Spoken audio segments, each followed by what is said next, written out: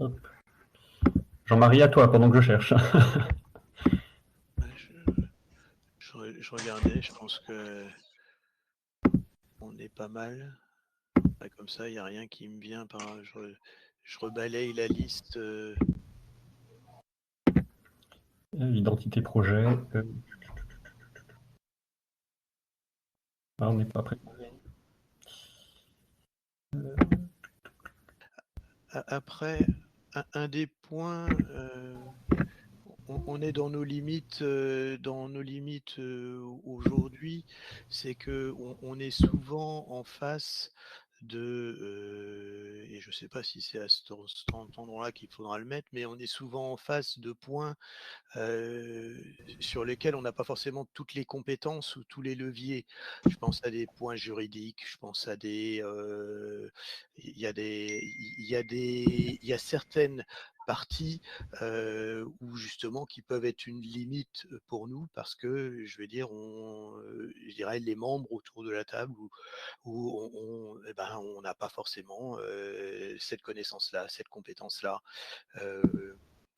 Donc on le voit, on est souvent en train de réinventer la roue parce que je veux dire, on n'a pas forcément tout le temps la compétence. Je pense à des gens qui au niveau qui ont des compétences au niveau dans la vente alimentaire, etc. On voit des COP qui ont été beaucoup plus vite parce que ils avaient tous les leviers. Et aujourd'hui, nous, certains leviers, on les a pas, donc on est obligé de se les forger, de se faire une idée, ce qui fait que on met un petit peu plus de temps. Bon, c'est aussi ça peut être une force aussi parce que ça permet de tout partager et de bien partager et de créer collectivement. Mais bon, voilà.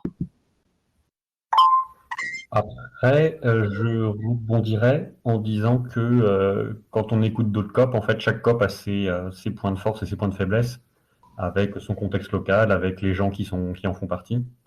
Et puis dans les points positifs, le fait qu'il y ait l'intercop, mine de rien, qui nous permet d'avancer vitesse, peut-être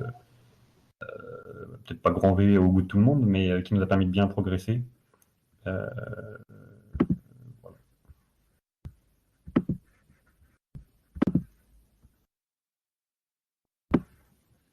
En parallèle, moi j'ajouterais en parallèle c'est l'autre face de la pièce, du surinvestissement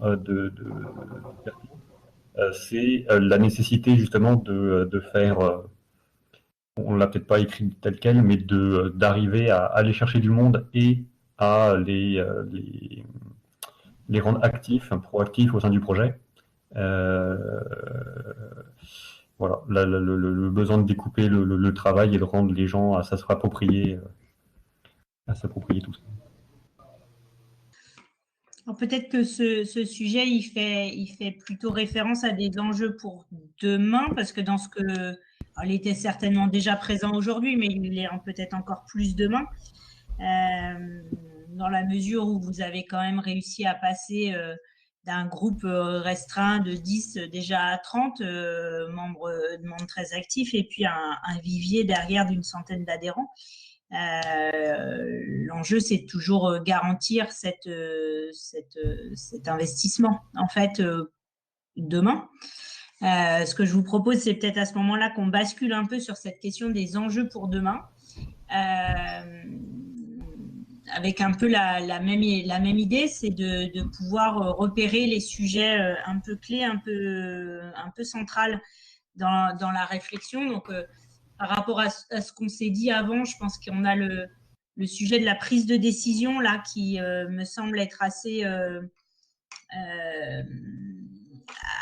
central par rapport à ce que vous êtes venu pointer, notamment par rapport à des questionnements qui sont d'ordre beaucoup plus impactants que ça a pu l'être jusqu'à maintenant, ou qui engagent, on va dire, pour l'avenir. Et donc, ce sujet pour demain peut constituer un enjeu. On avait pointé également le côté savoir gérer les priorités dans ce contexte-là qui devient de plus en plus à géométrie variable, avec ce souci de toute organisation, de réussir à prendre les décisions dans les délais, les meilleurs délais pour pas se louper sur certaines opportunités. Donc, voilà, ressortait globalement ces 3 sujets, la gestion des priorités, pour aussi réussir à réguler la question de l'investissement et du traitement des sujets, la question de trouver un schéma organisationnel le plus efficient possible et de clarifier les modalités de prise de décision. L'idée, c'est qu'on poursuive par rapport aux enjeux de demain, si vous en percevez d'autres, au-delà de ces trois thèmes-là qui font une forme un peu de synthèse de ce qui ressort du travail d'état des lieux. Côté plutôt point de progrès, on peut aussi reprendre dans ces enjeux pour demain des points de force qu'il faut garantir. Je pense au niveau d'engagement, par exemple, que tu évoquais, Clément, à l'instant.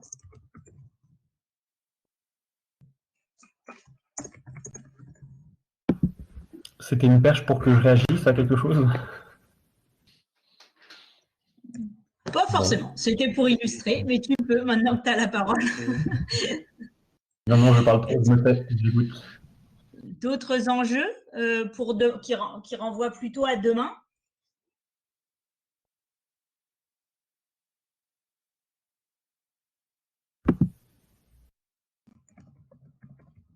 Ben, on en aura un, c'est d'arriver à gérer du coup à la fois le back office du front office, à la fois les ventes, l'épicerie, et en même temps que ça mange pas toutes les forces de ceux qui sont derrière, puisque il y a encore du boulot pour passer l'étape suivante. Gestion RH entre l'implication sur les ventes et les fonctions support. Développement du projet, quoi. Maintien de l'existant et puis développement du futur. Entre opérationnel et... Ouais, je sais pas. C'est faire fonctionner l'épicerie éphémère et construire la future épicerie. Exactement.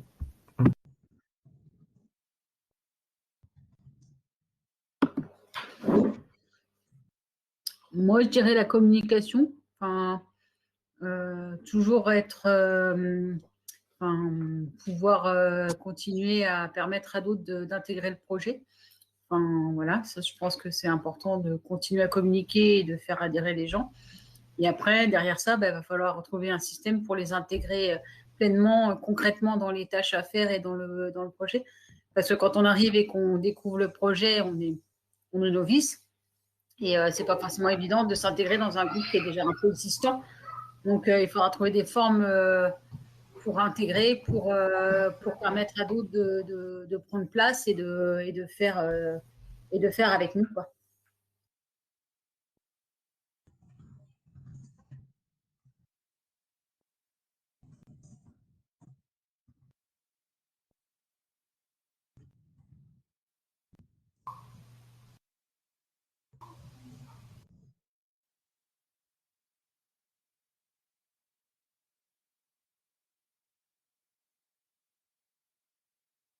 Ok.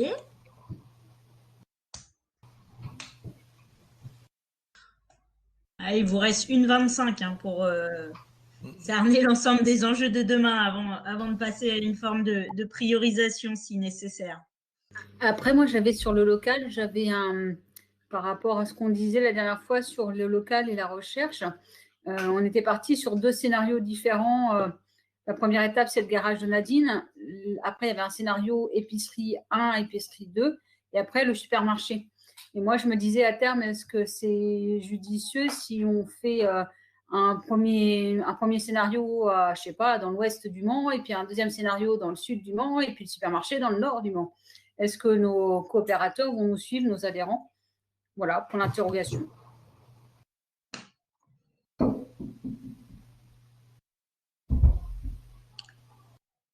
est dans de la stratégie. Ouais, Un peu. c'est ça. Il renvoie. Le Mans, c'est pas Nantes, par exemple, parce que Nantes, ils disaient que le fait d'avoir bougé, ils en ont perdu obligatoirement, parce que Nantes, c'est immense et que les gens ne faisaient pas l'effort. Mais on entend déjà ça. Il y a des gens qui disent que si c'est pas à côté de chez eux, ils ne viendront pas. Alors, on ne peut pas satisfaire tout le monde, mais si on les bouge trop souvent. Si l'implantation évolue. Ouais, varie. Oula, attendez. T'as pas payé la cotise? J'ai pas payé la cotise, il a dit fini. Si fidéliser les coopérateurs, si l'implantation évolue.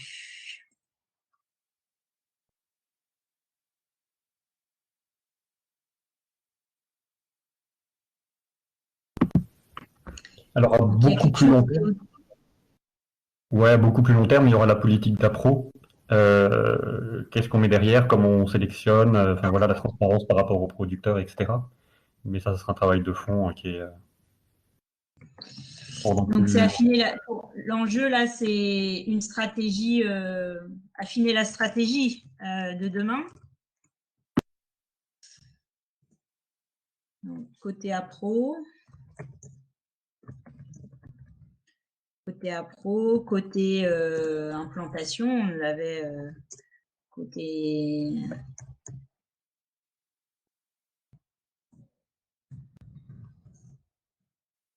Puis il y a peut-être aussi côté financier. Hein.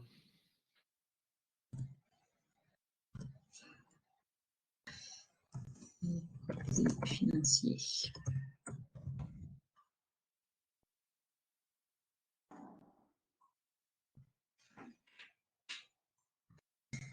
Je vais mettre 3 petits points, histoire de ne pas se. Oui. Alors pour moi, j'essaye de commencer à les rapprocher un petit peu. On a quelque chose qui est une stratégie l'enjeu qui doit être posé, réactualisé, affiné. Avec ce process de mode de décision et puis cette efficience dans le process, j'aurais tendance à dire ces trois-là, ils vont quand même un peu ensemble. On a quelque chose qui est autour de la gestion RH des forces vives pour favoriser l'implication, rester inclusif et puis aussi fidéliser. Alors derrière la fidélisation, c'est la communication. C'est Véronique, je crois, qui est venue là-dessus. Est-ce que vous le mettiez indépendamment de l'enjeu d'implication? C'était communiquer pour accroître le nombre de coopérateurs par rapport au changement d'échelle du projet, ou c'était au service de l'ADN et favoriser l'engagement? Les deux, c'est-à-dire que augmenter le nombre d'adhérents, ça c'est bien évident, continuer à être force de proposition et d'aller à la rencontre des gens par différents moyens. Et puis une fois qu'on a rencontré les gens et qu'ils adhèrent, il faut trouver la manière de les investir et de les intégrer pleinement au projet et de leur permettre d'être acteurs, quoi. Enfin, voilà, qu'ils ne soient pas juste consommateurs, mais qu'ils soient acteurs parce que c'est un projet participatif et collaboratif. Donc, et qu'ils ne sentent pas qu'il y ait des gens, parce qu'on peut se dire, il y a déjà des gens en place qui font bien le truc. Nous, on vient juste chercher notre panier, quoi. Enfin, c'est pas l'intérêt du projet. Donc, qu'on arrive à transmettre ça, quoi, que tout le monde est nécessaire au projet, quoi. Ok, je comprends. Effectivement, ça, on peut le rattacher à la communication. Gestion des priorités, ça, c'est l'enjeu de régulation et qui faisait notamment état plutôt à la problématique vécue sur cet espace un peu passerelle qui est le comité d'orga, qui peut à un moment donné parfois être un peu engorgé aujourd'hui. Donc, c'est interroger quelle place demain aussi si on est sur le maintien de ces rôles et fonctions du comité d'orga. C'était pour moi, ça renvoyait plutôt à cette problématique de cette instance en particulier. Mais vous me dites s'il faut l'élargir.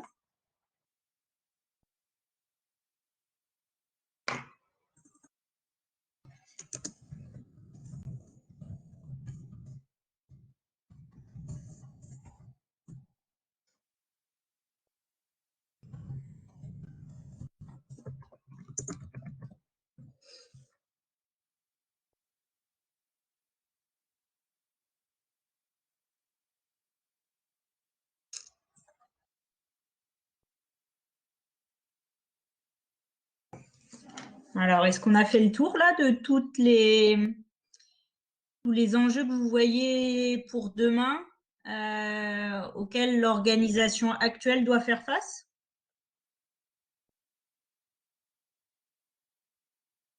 Comme ça, au niveau de la gestion des priorités, est-ce que ça se rapprocherait pas de la partie stratégie, process de décision, etc. On peut le voir en partie là-dessus. Après, la distinction que je fais, moi, souvent, c'est entre la logique de gestion à court terme et le plus moyen-long terme, quoi, avec cette notion de priorité qui renvoie plus au court terme et une stratégie qui D'accord, peut plus être long terme. plutôt sur du moyen terme. Ouais.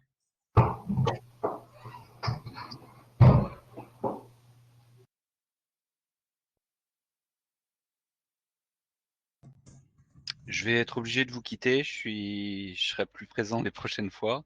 Je tenais juste à vous remercier pour déjà le sérieux et la structuration. Enfin voilà, ça donne envie de s'investir. Ça, c'est important de le dire quand on est nouveau. C'est quelque chose qui frappe. Voilà. On a un espace de parole, on a un espace d'information. On a déjà beaucoup d'outils. Moi, je vois déjà beaucoup de structure dans ce que vous faites, donc félicitations. C'est pas si courant. Je me permettrai de vous faire je vous ferai un message en vous disant ce que j'en retire de cette première venue. Ça peut vous donner un regard extérieur et j'espère vous donner des idées. Et puis, je vous remercie et puis je vous dis à très bientôt. À bientôt, Joris. Merci, merci. Merci. Merci, au revoir. Merci à vous. Au revoir.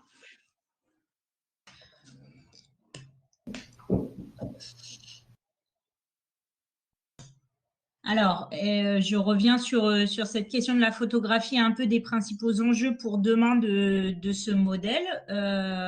Savoir si on est d'accord sur cette photographie des axes sur lesquels il va falloir se préparer à bâtir une organisation qui puisse répondre sur ces 3, voire 4 axes-là.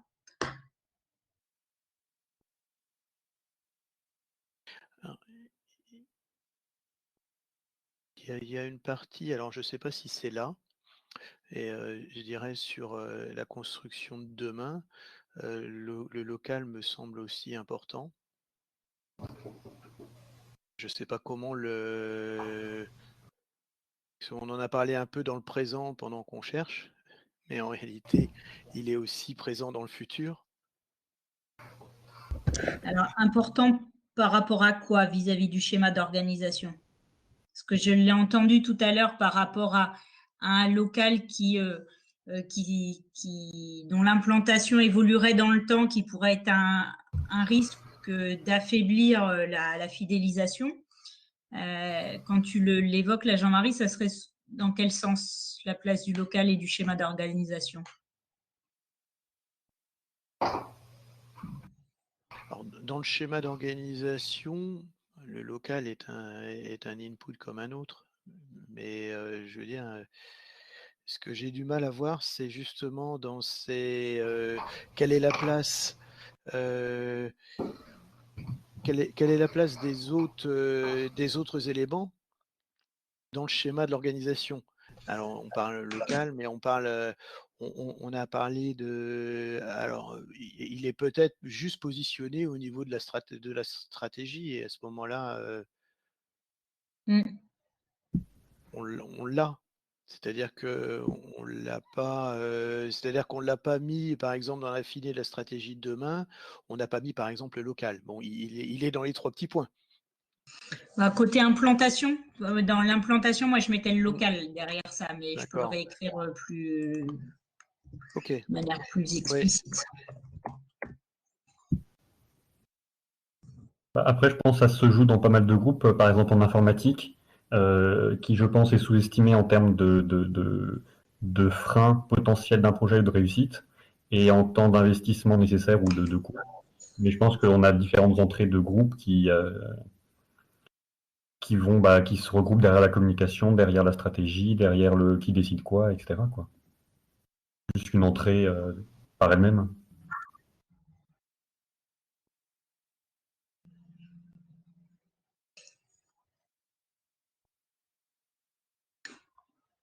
C'était le petit prêche Tiens. spécialement pour...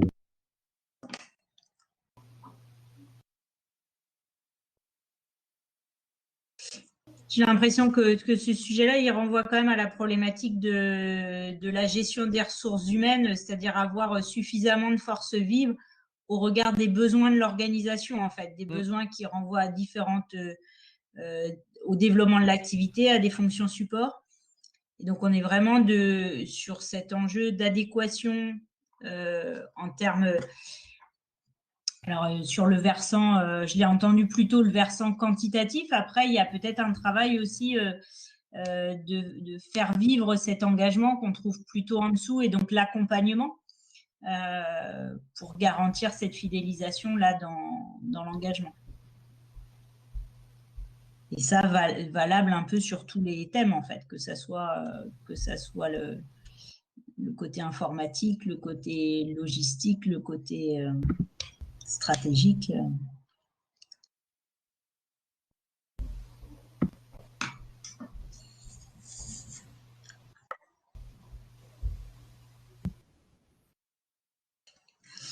Après, le modèle de demain, il a vocation à être créateur d'emplois ou pas? Pas forcément. Parce que quand je pose cette question-là, en fait, j'interroge si un enjeu demain, c'est pas non plus la cohabitation des ressources humaines entre le côté engagement bénévole et engagement salarié. Et qui ramène aussi à d'autres fonctions comme la fonction employeur ou autre, quoi. C'était ça le sens de ma question.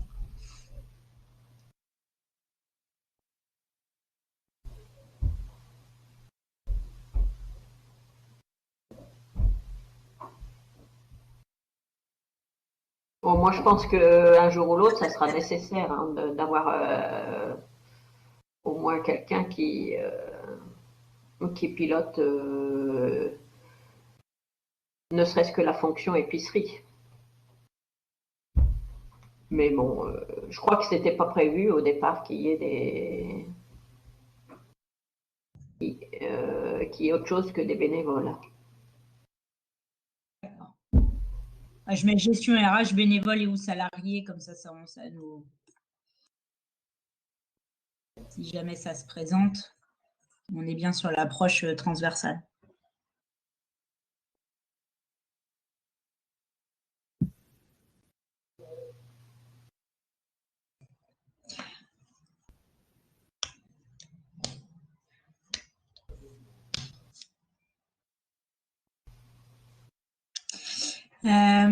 Peut-être, alors j'essaye d'ouvrir des questionnements, vous voyez si ça fait écho ou pas, mais on évoquait tout à l'heure la problématique des champs de compétences aussi, où toute organisation est limitée par qui la compose en fait, en se disant peut-être qu'un des leviers là-dessus, c'est d'aller chercher dans le réseautage aussi ou dans l'inscription sur le territoire vers d'autres lieux ou d'autres. Donc il y avait le réseau national là qui était évoqué au niveau des COP. Mais ça aujourd'hui, est-ce qu'il y a l'organisation, elle assure ce côté un peu représentation ou participation dans des réseaux territoriaux qui permettent de contribuer à et aussi d'être présent, d'être investi, d'être à l'extérieur en fait de la coopérative.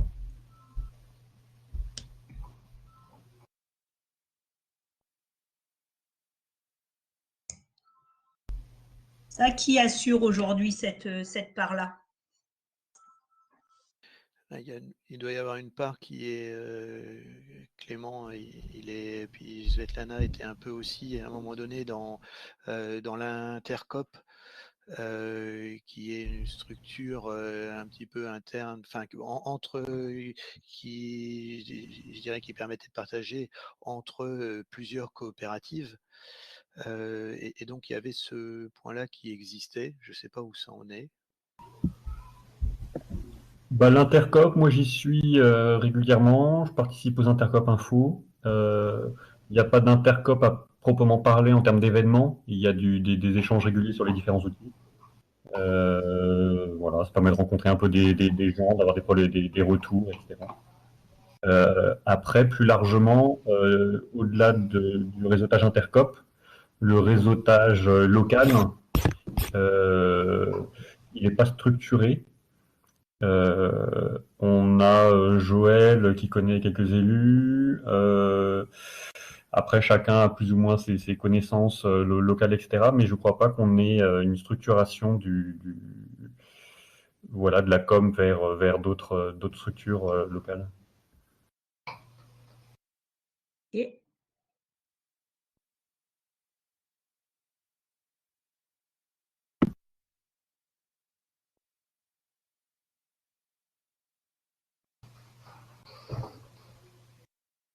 Est-ce qu'on a fait le tour, vous semble-t-il, des principaux enjeux pour demain?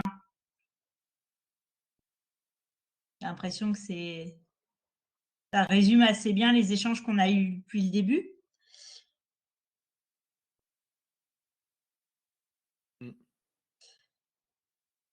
Ouais.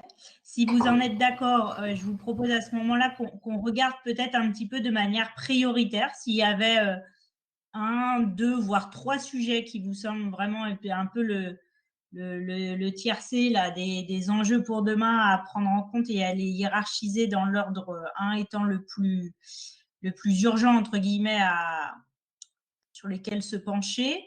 Je veux bien qu'on discute un peu de cette forme de hiérarchisation un petit peu de ces enjeux.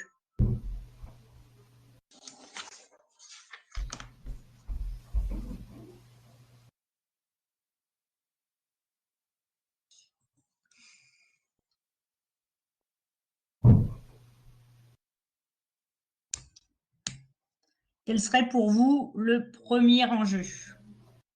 Ou au moins les 3, après on verra dans quel ordre on les met, mais les 3 qui ressortent pour vous. Ou est-ce que vous n'arrivez pas à les dissocier? Pour vous, c'est le tout qui fait aujourd'hui les axes de réflexion à avoir.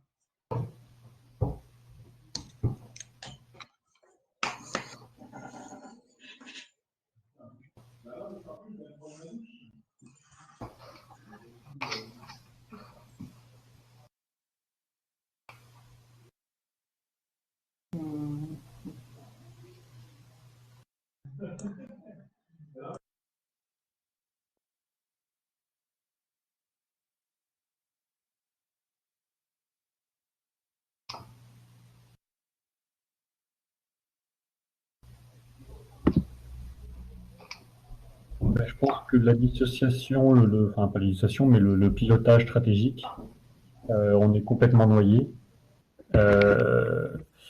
Et autant jusqu'à maintenant, c'était pas grave parce qu'on était à l'étape 1, autant petit à petit les délais vont être de plus en plus fixes et du coup la nécessité de réfléchir global avec la complexification et puis de se donner des objectifs, d'arriver à les suivre. Moi, ça me paraît faire partie des trois enjeux. Suivant.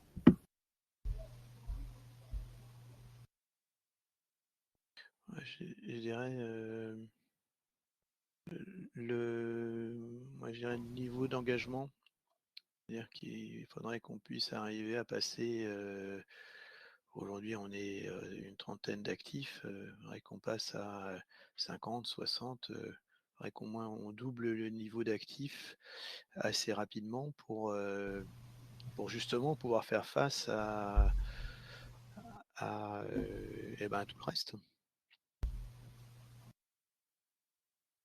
Donc rester inclusif et puis permettre à d'autres de devenir actifs.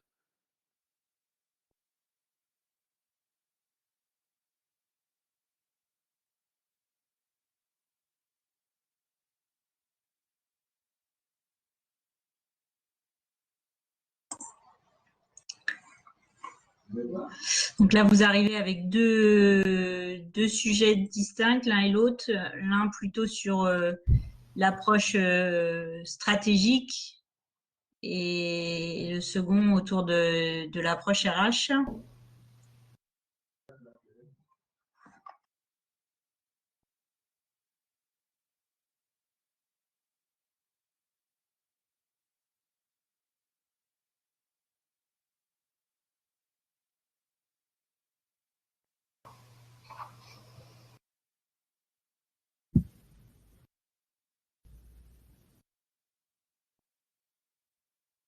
Après, si personne ne veut se lancer, les décisions. Parce que qu'on arrive à prendre des décisions rapidement, mais en même temps d'interroger les bonnes personnes, le bon niveau Voilà, parce que plus ça va aller, plus ça va être intense, compliqué, avec de plus en plus de monde. Et je pense que on a déjà eu plein de fois la problématique, hein, qui décide quoi, à quel moment. Et du coup, bah ça, on l'a jamais vraiment réglé. Et ça va s'intensifier.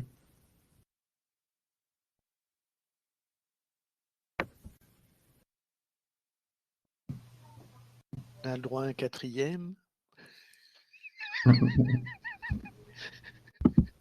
C'est pas tant bien, mais les minutes passent, le nombre d'actifs diminue.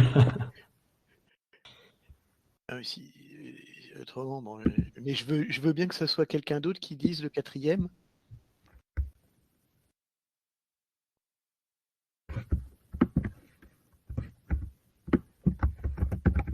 Voilà, je livre mon idée sur la partie communication aussi. Je pense que ça peut irriguer le niveau d'engagement.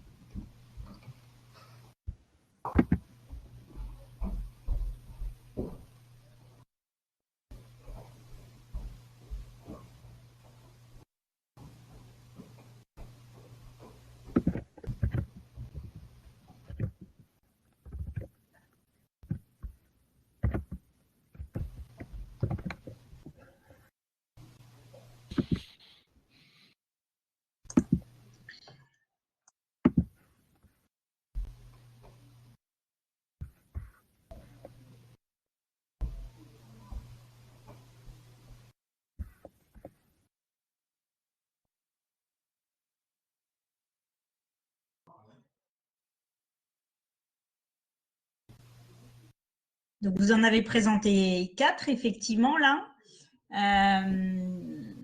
Évoqué comme ça, j'aurais tendance à dire que l'ordre logique pour les traiter, si on est d'accord hein, sur ces 4 axes, le premier serait, à un moment donné, clarifier les process de décision pour pouvoir, in fine, continuer à affiner la stratégie, renforcer en fait le pilier autour de la communication afin de toujours tendre vers un modèle qui permet d'intégrer et fidéliser les nouveaux et permettre à chacun de trouver sa place pour s'engager. Voilà, je tente de reprendre vos 4 items pour voir un peu les liens qui peuvent se faire entre ces 4-là. Mais c'est soumis au débat. Je ne sais pas si je suis le seul, mais tu peux le redire? Alors, le premier, à un moment donné, le premier enjeu à venir clarifier par rapport au schéma d'organisation que vous avez bâti, c'est les modalités de prise de décision. Yes. Pour que, bien défini, bien cadré, on puisse venir mettre en débat la stratégie de demain et pour continuer à avancer sur cette stratégie à moyen et long terme et prendre les décisions pas à pas qui sont nécessaires, tout en renforçant l'organisation sur son pilier autour de sa communication,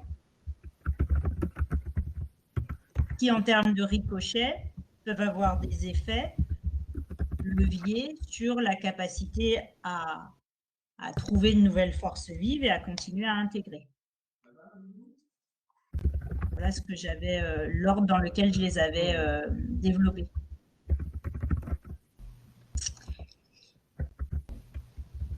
Donc, quand on dit ça, c'est-à-dire qu'on laisse un peu plus de côté la logique de hiérarchisation court terme et les enjeux liés au réseautage. Ça veut dire qu'on écarte potentiellement un peu plus ces deux sujets.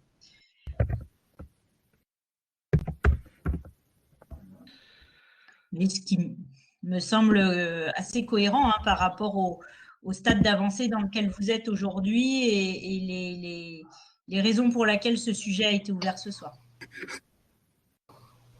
On sent bien qu'on est dans un second cap pour le projet et que les décisions stratégiques sont très présentes à l'heure actuelle.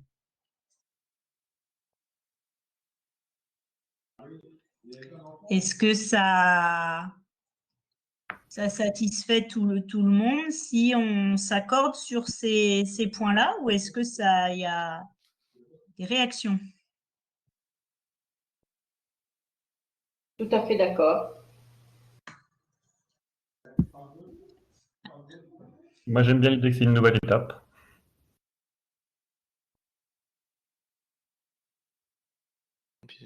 Ça me semble très cohérent.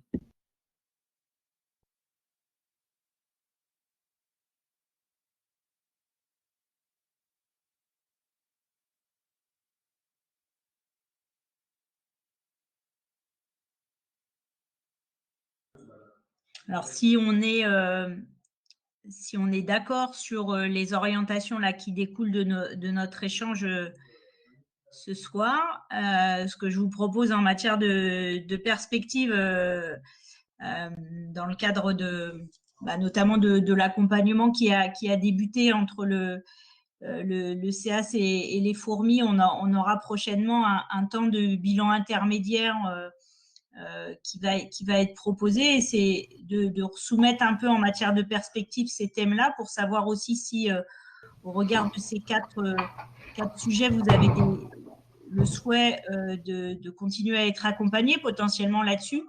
Quoi qu'il en soit, que vous ayez le souhait d'être accompagné ou non, je m'engagerai à venir éclairer aussi la manière dont on peut aller investiguer ces sujets-là d'un point de vue méthodologique.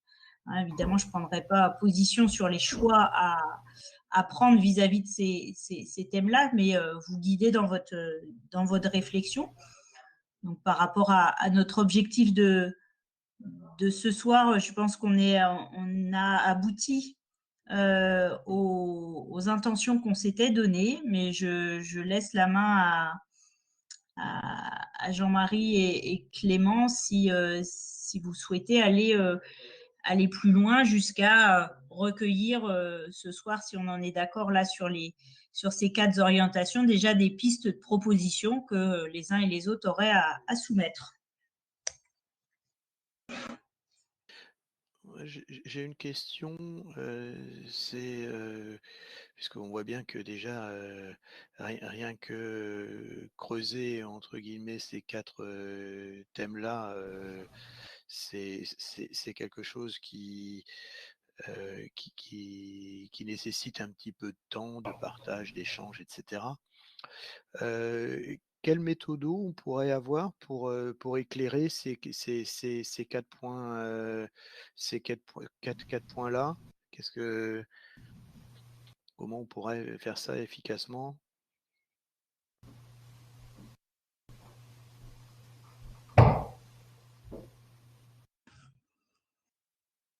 Tu me poses la question à moi, Jean-Marie, ou c'est plus largement à l'ensemble du groupe Si quelqu'un a une idée,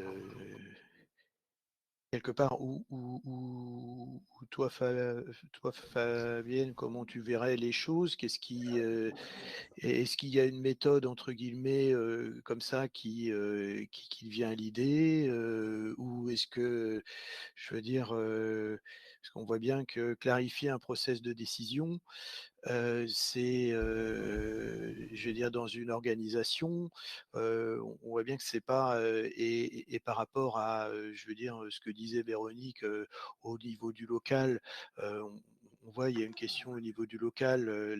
Là, ça concerne quelque chose de structurant, mais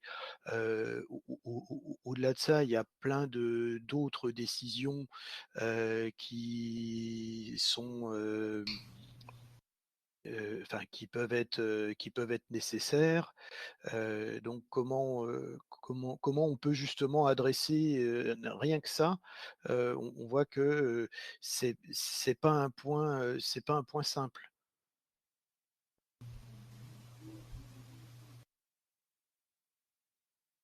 Enfin, moi, il me semble compliqué, mais bon. Moi, je pense que pour aller sur ce sujet-là, il faut réussir à préfigurer un peu le type de décision auquel vous allez être confronté pour réussir à clarifier les niveaux de délégation, entre guillemets, des différents espaces que vous avez et les jeux de navette entre les différents espaces. Donc, ça nécessite de venir descendre un peu et affiner le schéma organisationnel que vous avez bâti pour le décliner sous cet angle-là. Et il faut procéder à la formalisation de dimensions aujourd'hui qui ne le sont pas en fait. Mais je pense que la première étape pour y arriver, c'est de s'interroger sur de quel type de décision on parle et peut-être de ne pas avoir un unique process de décision, mais des process de décision en fonction aussi de la nature ou du degré de décision qu'il y a à prendre. Et peut-être de bâtir ce schéma-là avec différents tiroirs. Ça, c'est une hypothèse pour vous aider à anticiper en fait la situation dans laquelle vous serez demain. Et donc se dire, on le fait maintenant, qu'on n'est pas encore confronté à la prise de décision pour bâtir le modèle. Sur ce sujet-là, je verrai ce travail. Qui peut aller jusqu'à aussi formaliser un certain nombre de délégations, potentiellement. Et catégoriser les décisions en fonction de leur enjeu ou d'autres. Oui.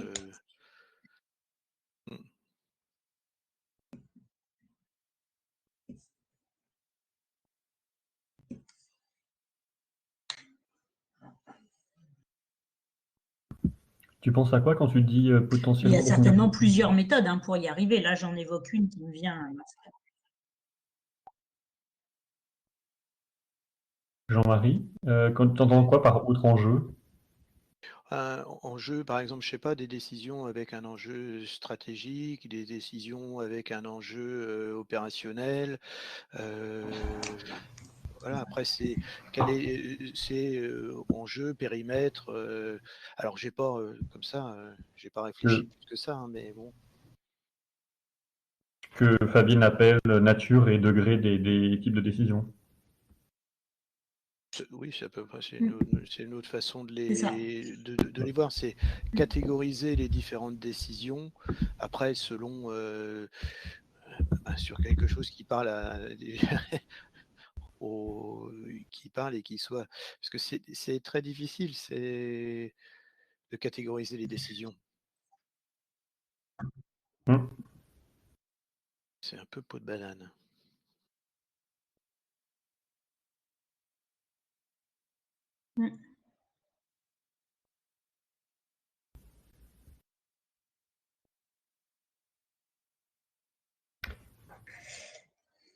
Après, si on étend la question sur la méthode, sur les autres thèmes, ça peut être un peu sur par exemple, affiner la stratégie, ça peut être de repérer un certain nombre de sujets qui questionnent sur la stratégie par rapport à la compréhension sur le développement du projet et de travailler à un séminaire un peu participatif et d'aider à la préparation et à l'organisation de ce type de séminaire pour faire mûrir et faire aboutir la réflexion stratégique et la clarifier, par exemple. Ça peut être ce genre de travail.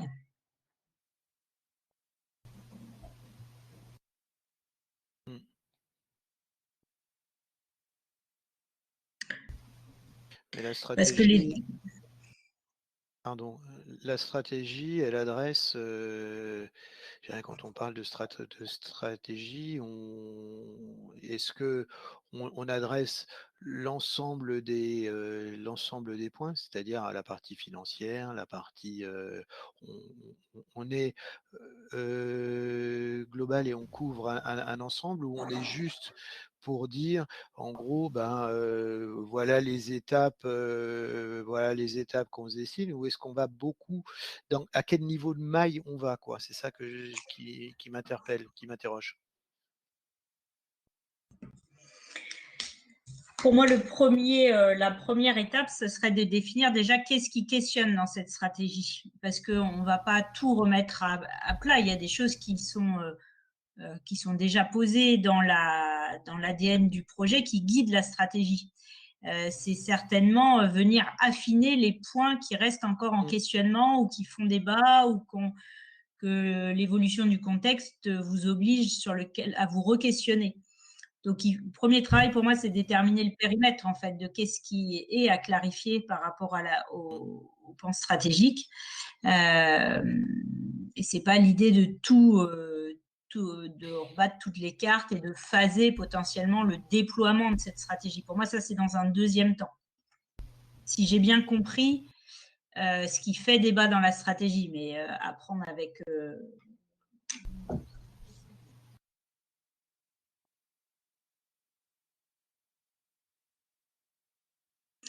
Après, une autre approche serait de se dire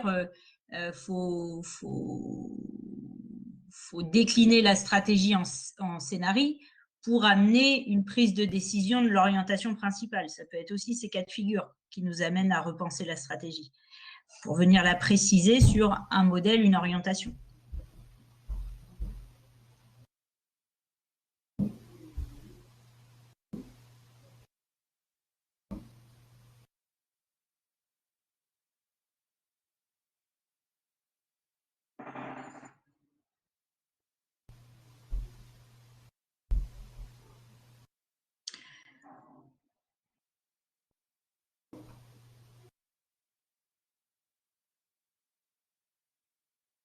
Jusqu'à maintenant, quand on est venu sur ce sujet de la stratégie, moi, je l'ai beaucoup entendu en écho d'absence d'espace qui permettait cette prise de hauteur, cette prise de recul, en fait, sur ce qu'on était en train de faire, parce qu'on est très engagé d'un point de vue opérationnel, et donc on est la tête dans le guidon. Je l'avais aussi entendu sous cet angle-là. Donc, pour moi, le premier travail, ça serait de venir clarifier pourquoi on met ce sujet de la stratégie là au cœur. C'est quoi l'angle pour venir l'interroger?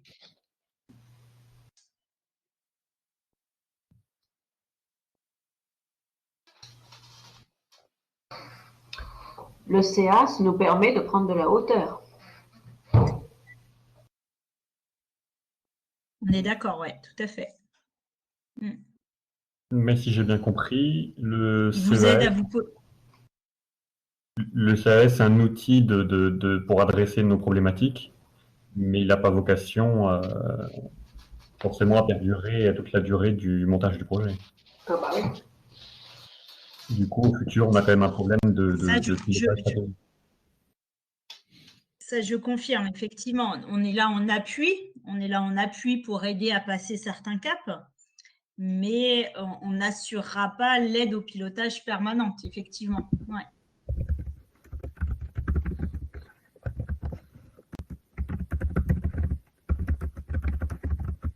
Effectivement, le process d'accompagnement aujourd'hui contribue à aider à ouvrir des questionnements, à le regarder autrement, à oser avoir un coup d'avance aussi sur des enjeux de demain. Voilà, ce sujet de ce soir, on a un exemple de penser déjà à l'évolution du modèle peut-être auquel il faudra être en capacité d'avoir fait évoluer pour les enjeux de demain. On y est bien dans cette réflexion.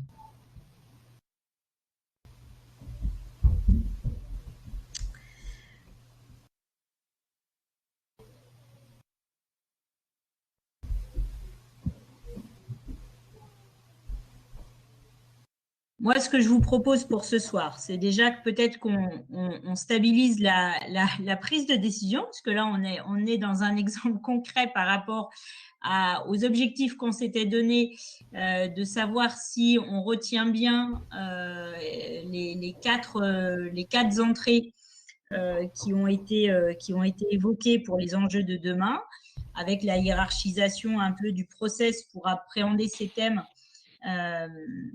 et que la question potentiellement de la méthode pour traiter ces sujets justement relèvera de perspectives sur lesquelles il faudra se pencher sur un autre temps si vous en avez le souhait. Mais est-ce que déjà, vis-à-vis de ce qu'on a engagé ce soir, on est d'accord pour venir stabiliser les conclusions de nos échanges?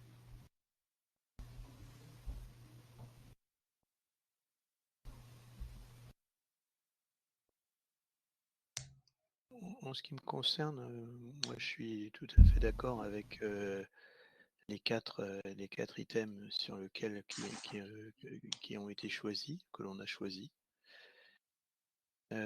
Sur les perspectives et sur les deux premiers, je dirais, je pense qu'on a on a des pistes, au moins on a déjà des premiers leviers.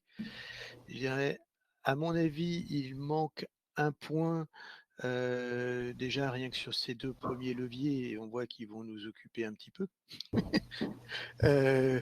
C'est maintenant, concrètement, parce que si on décide rien sur concrètement qu'est-ce qu'on fait, ou qu'on se dit bon ben on fera ça plus tard, etc. Et ben je pense qu'on se reverra dans 3 mois et on sera au même point. Donc c'est comment après c'est justement il manque, je dirais à mon avis, il manque une impulsion. Donc à voir justement, est-ce que ça fait partie d'une phase 2 à adresser avec le CEAS, ou est-ce que c'est je dirais le projet qui se charge, et à ce moment-là, on dira, je sais pas, au prochain comité orga, on a ces 2 points-là, et on décide comment on les qui fait quoi dessus, quoi.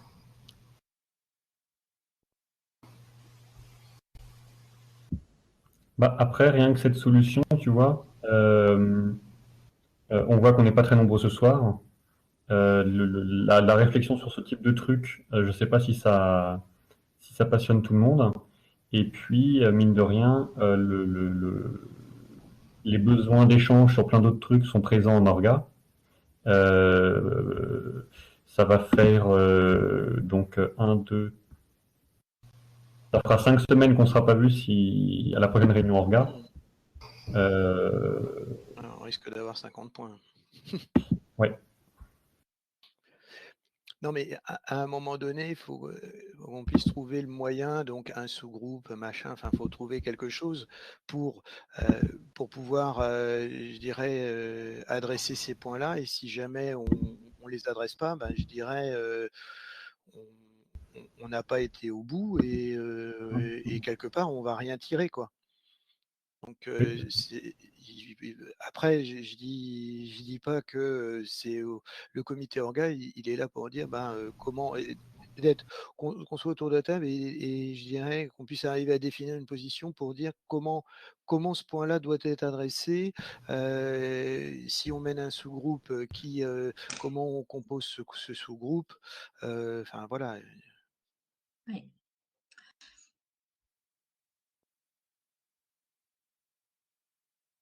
Moi, ma proposition est au regard de ce que vous venez de rappeler, effectivement, que les sujets là qu'on est en train de discuter sont pas les sujets les plus fédérateurs, parce que ils sont éloignés de l'opérationnel, du concret, ce qui fait écho à la motivation des uns et des autres vis-à-vis du projet, et par rapport à un constat où on disait déjà le comité d'orga est très chargé.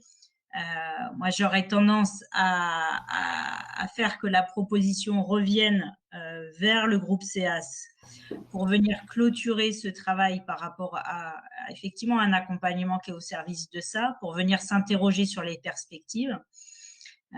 L'objectif de ce soir, c'était ouvrir la passerelle avec le comité d'orga parce que ça nous semblait tellement un sujet qui lui appartenait aussi de par sa place, son rôle, qu'on avait fait le choix de ne pas le travailler de manière isolée. Mais néanmoins, de ne pas forcément partir sans décision ce soir, mais pas non plus avec la décision peut-être la plus lourde vis-à-vis du comité d'orga. J'aurais tendance à privilégier l'autre scénario. Et ce n'est pas du tout pour prêcher pour notre paroisse, hein. Honnêtement, c'est vraiment pour un principe de réalité, je pense, par rapport au plan de charge et au stade d'avancée là, du projet. J'aurais tendance à le rebasculer au groupe CEAS. Dans la phase de transition, hein, même si c'est pour mieux réussir à faire qu'il soit maillé dans l'ensemble de l'organisation à terme. Moi, je suis d'accord avec ce que tu viens de dire, Fabienne. Je pense que le comité orga, voilà, il a déjà plein de choses et qu'en effet, avec l'accompagnement du CEAS, c'est très bien si vous pouvez concrétiser ce qu'on vient de dire ce soir.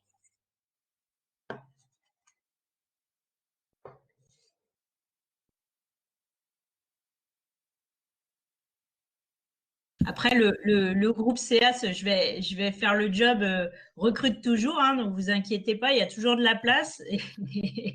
Et donc, pour ceux qui seraient pris ce soir d'un élan pour ces sujets-là et auraient envie de poursuivre, ça reste ouvert pour venir contribuer.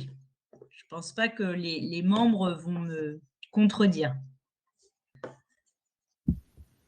On voit qu'on a des belles perspectives.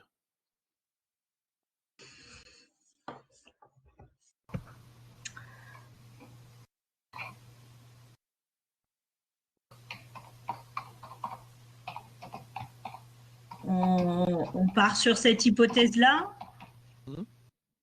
Ouais, ça vous convient à tout le monde? Bien. Bon. Eh ben, je m'étais engagée à être maître du temps ce soir et de vous laisser la main à compter de 20h45. Donc, je pense qu'on ne pouvait pas mieux faire ce soir. Donc, félicitations à toutes et à tous. Un grand merci. Merci. Merci à toi. Merci. Voilà, à l'ensemble des membres du groupe qui ont accepté de s'investir, faire ce travail préparatoire qui a, je pense, réussi à faciliter la concrétisation de nos échanges ce soir. Donc, voilà, merci à tous et à toutes et bonne continuation.